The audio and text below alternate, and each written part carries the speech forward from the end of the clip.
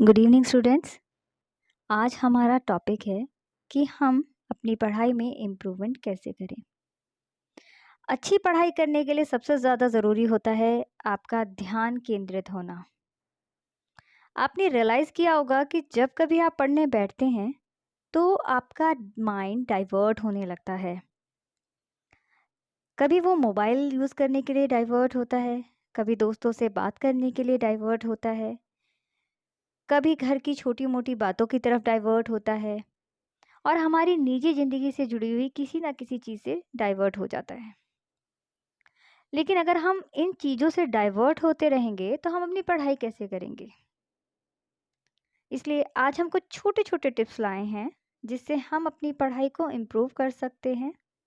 आप कम समय में अच्छे से पढ़ पाएँगे और आपकी पढ़ाई पर जो आपका ध्यान डाइवर्ट होता है वो नहीं होगा।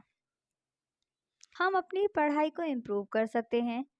ये बहुत मुश्किल नहीं होता, बस हमें थोड़ी-सी चीज़ों का ध्यान रखना पड़ता है और छोटी-छोटी चीज़ें ही हमें हमारी पढ़ाई का टारगेट फुलफ़िल करने में हमारी सहायता करती है।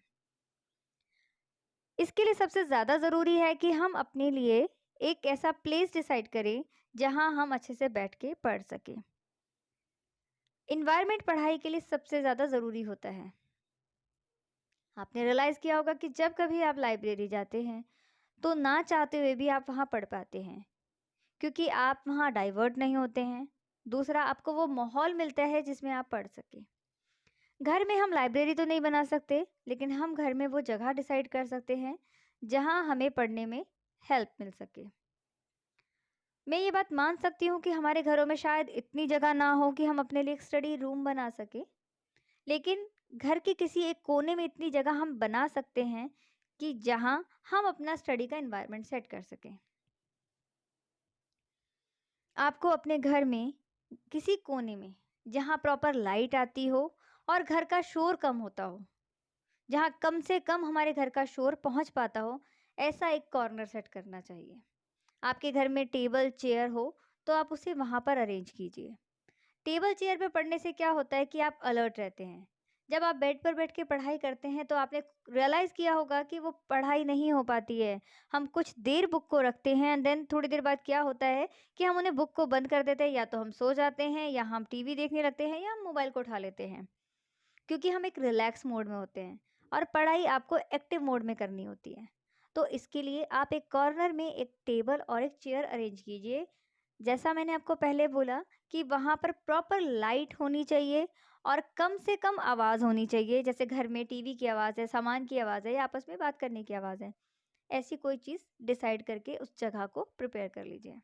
कॉर्नर में आपने अपना टेबल सेट किया है, वहाँ पर आप अपनी एक वॉल भी डिसाइड कीजिए, बना लीजिए। वॉल में आपको कुछ बहुत ज़्यादा करने की ज़रूरत नहीं है। उस पे आप अपना एक मोटिवेशनल कोटेशन लगा सकते हैं, इम्पोर्टेंट फ़ॉर्मूलाज़ लगा सकते हैं, या ऐसा कीवर्ड लगा सकते हैं जो आपको बार-बार रिकॉल करने में मतलब आपको सहायता मिले। कुछ ऐसी चीज़ें होती हैं हमारी पढ़ाई में जिन्हें हमें बार-बार पढ़ना पड़ता है, छोटे-छोटे पॉइंट्स होते हैं। अगर आप उन्हें सामने लगा लेंगे तो जितनी बार आपकी नज़र उस पे जाएगी, उतनी चीज़ें वो आपकी मजबूत होती जाएगी, यानी कि आपको याद होती जाएगी। तो ये आपका एनवायरनमेंट सेट हो गया है। अब नेक्स्ट पॉइंट आता है, वो है कि हमें पढ़ना कैसे है। तो पढ़ने के लिए सबसे याद रखने वाली बात ये है कि हम अपनी पढ़ाई में सबसे ज़्यादा चूक किस चीज़ में करते हैं। हम अपनी पढ़ाई में चूक करते हैं कि हम अपने टाइम में कॉम्प्रोमाइज़ कर लेते हैं। फॉर एग्ज़ाम्पल, हम आज फिक्स करके बैठते हैं कि हम 3 से 4 पढ़ेंगे, पर हम भूल ही गए कि हमें 3 से 4 पढ़ना है। उस बीच में हम छोटी-छोटी एक्टिविटी में लग गए। तो हमने अपने टाइम के साथ कॉम्प्रोमाइज़ कर लिया। एक बार अगर आप कॉम्प्रोमाइज़ कर लेते हैं, तो वो कॉम्प्रोमाइज़ आपका लाइफ़ टाइम चलता रहेगा, क्योंकि हमें आदत हो जाती है। अभी मैं थोड़ी देर में पढ़ती हूँ, कल से पक्का पढ़ूँगी, मैं रात को पढ़ूँगी। तो आपने अपने शेड्यूल को फ़िक्स नहीं किया। तो आपको अपने टाइम को फ़िक्स करना है कि मैं इतने से इतने बजे तक, यानी कि लाइक आप अगर 8 बजे उठते हैं, छुट्टी वाले दिन, मैं 9 से 10 तक फ्री हो जाती हूँ और मैं 11 बजे पढ़ने बैठूँगी और 11 से 1 मेरा फ़िक्स टाइम है कि मैं पढ़ाई करूँगी।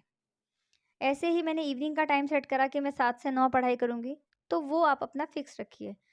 अगर आप स्कूल या कॉलेज जाते हैं, उन दिनों में आप उसके अकॉर्डिंगली अपना टाइम सेट कर सकते हैं कि मैं 2 बजे आती हूँ, उसके बाद मुझे रेस्ट करना होता है और मैं शाम के लिए ही अपना टाइम निकाल सकती हूँ, तो मैं 8 से 10 या 7 से 9 बजे, जो भी आपको सूटेबल लगता है, वो फिक्स रखिए।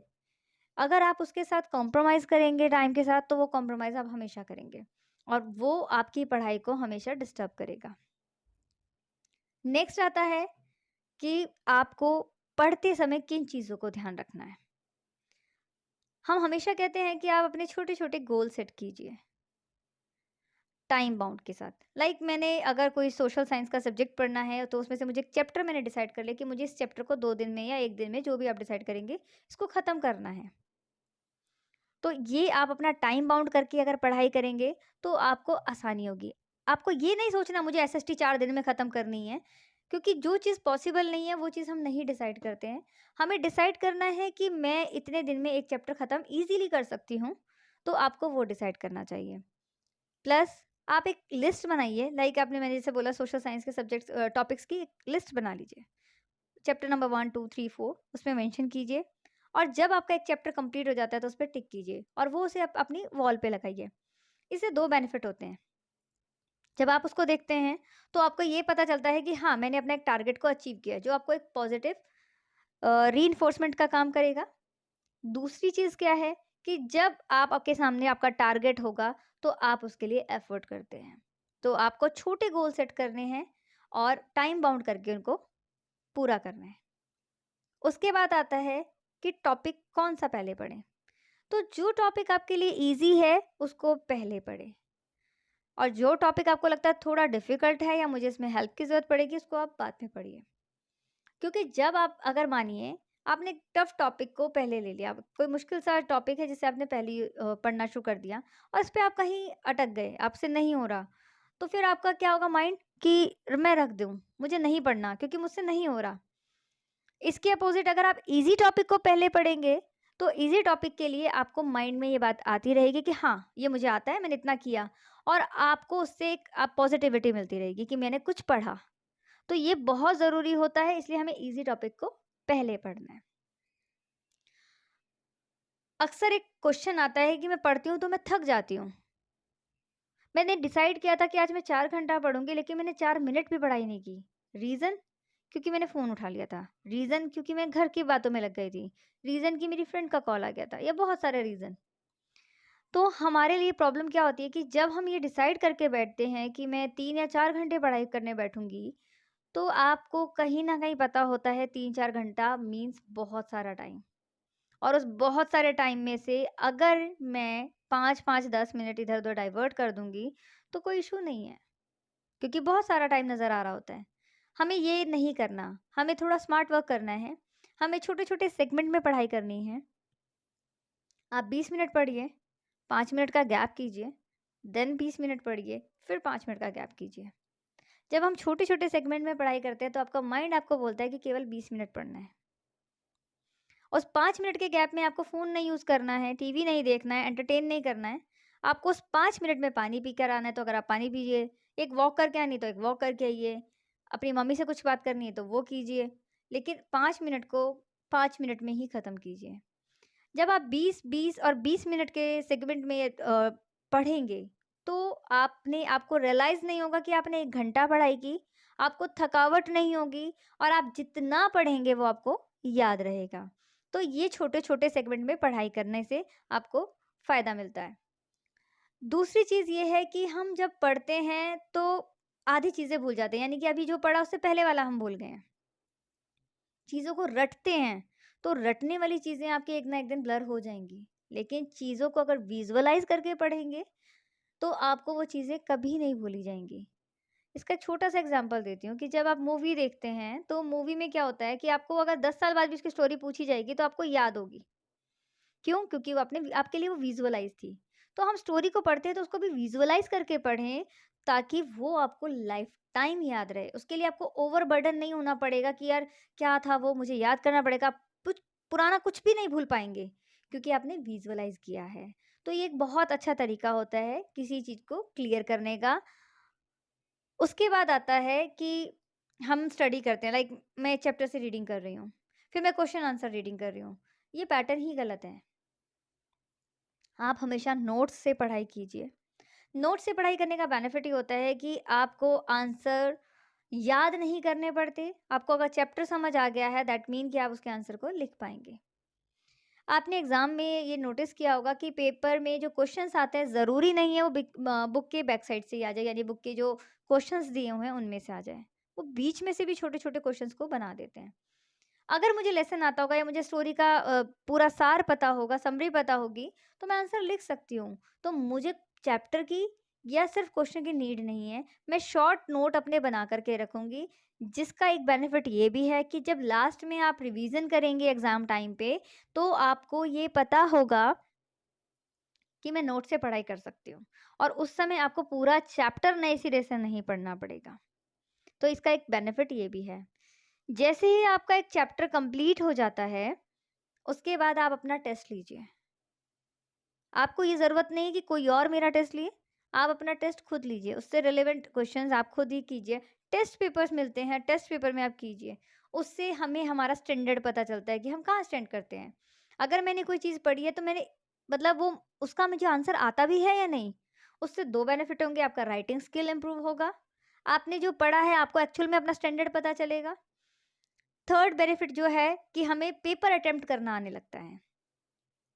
तो ये टेस्ट पेपर करने से ये बेनिफिट मिलता है और आप खुद ही उसकी स्कोरिंग कीजिए ताकि आपको पता चले कि मेरा कहाँ पर मैंने कमी छोड़ी है, कौन सी जगह ऐसी है जहाँ पर मैं ज़्यादा अच्छा कर सकती थी। तो नेक्स्ट आता है कि जब मैं पढ़ने बैठता हूँ या बैठती हूँ तो मेरा माइंड डाइवर्ट होने लगता है, जिससे हमने इसकी शुरुआत की थी। तो डाइवर्ट होता कहाँ है? और हम सबका एक ही आंसर आता है, मोबाइल। कि मोबाइल हमें बहुत जल्दी अपनी तरफ अट्रैक्ट कर लेता है और हमारा मन करता है कि हम उसे यूज़ करें। अगर मैं आज आपको कहूँ कि आपको मोबाइल यूज़ नहीं करना है, तो ये प्रैक्टिकल चीज़ नहीं होगी, क्योंकि आप नहीं ऐसा मानोगे। क्योंकि हम एडिक्टेड हैं, हम मोबाइल को बहुत यूज़ करते हैं। लेकिन इसमें एक चीज़ हम ऐड कर सकते हैं, वो ये कि हम अपना एक टाइम फिक्स कर दें कि इस टाइम में मैं अपना मोबाइल यूज़ करूँगी। सपोज़ मैंने पूरे दिन में डिसाइड कर दिया कि मैं रात को 8 से 9 1 घंटा अपना फ़ोन चेक करूँगी। जो मुझे देखना अच्छा लगता है, जिन लोगों से मुझे बात करनी है, उसके एक टाइम फिक्स कर दीजिए। इसका एक बेनिफिट ये भी होगा कि फुल डे आपको पता होगा कि लास्ट में मुझे फ़ोन यूज़ करने को मिलेगा। अगर मैं कहूँ कि फ़ोन ही नहीं यूज़ करना, तो वो बहुत ऐसी चीज़ हो जाएगी जो आप ना मानोगे ना आप कर पाओगे, क्योंकि अभी आपने उसके लिए डिसाइड नहीं किया है। ऐसा नहीं कि कर नहीं सकते, बट अभी एट प्रेज़ेंट आपने उसके लिए डिसाइड नहीं किया है। तो बेटर है कि हम ये डिसाइड करें कि मैं इवनिंग या नाइट में 1 घंटा फ़ोन यूज़ करूँगी और उसके अलावा मैं फ़ोन यूज़ नहीं करूँगी। इससे आप पूरा दिन पॉज़िटिव रहेंगे कि आपको क्लैरिटी रहेगी कि नाइट में मैं अपना फ़ोन यूज़ कर सकती हूँ। तो ये हो गया आपका डाइवर्ट ना होने का तरीका। अब नेक्स्ट आता है कि आप जब पढ़ते हैं तो आपके पढ़ने में कहीं न कहीं कोई डाउट रह जाता है, कि क्लैरिटी नहीं आती है, कोई चीज़ समझ नहीं आती है, किसी की लैंग्वेज में इश्यू होता है, किसी का क्वेश्चन है तो उसको सॉल्व करने में इश्यू होता है। जो भी डाउट होता है ना, किसी जिस भी सब्जेक्ट से रिलेटेड है, आप उसे इनिशियल स्टेज पर क्लियर कर लीजिए। रीज़न, अगर आप उस डाउट को ये रखेंगे कि मैं एंड में जा कर के बाद में क्लियर करूँगा या करूँगी, तो इससे 2 लॉस होगा आपका, कि एक तो ये कि आप एंड में करेंगे तो आपको नए सिरे से करना पड़ेगा और जब तक वो डाउट रहेगा, तब तक आपका वो चैप्टर कंप्लीट नहीं होगा। तो आप अपने डाउट को जब आता है, उसे उसी मोमेंट, अगर आपसे नहीं हो रहा, आपका ट्यूशन पढ़ते हैं, आपकी क्लास टीचर्स होते हैं, सब्जेक्ट टीचर होते हैं, उनसे उस डाउट को क्लियर कीजिए, ताकि फ्यूचर में, यानी कि जब आपका एग्ज़ाम का टाइम आए, तो आपके मन में ये क्वेश्चन ना हो कि मेरा अभी कोई डाउट बाकी है। तो आपके डाउट को इनिशियल स्टेज पर आप क्लियर कर लीजिए। आपकी ये पढ़ाई हो गई है।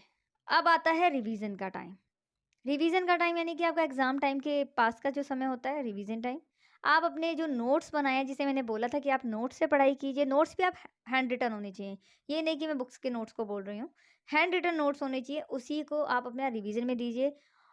आपको पता भी नहीं चलेगा कि जब आप रिवीजन करेंगे, तो आपने जो नोट्स बनाए हैं ना, वो आपको कितना बेनिफिट देंगे।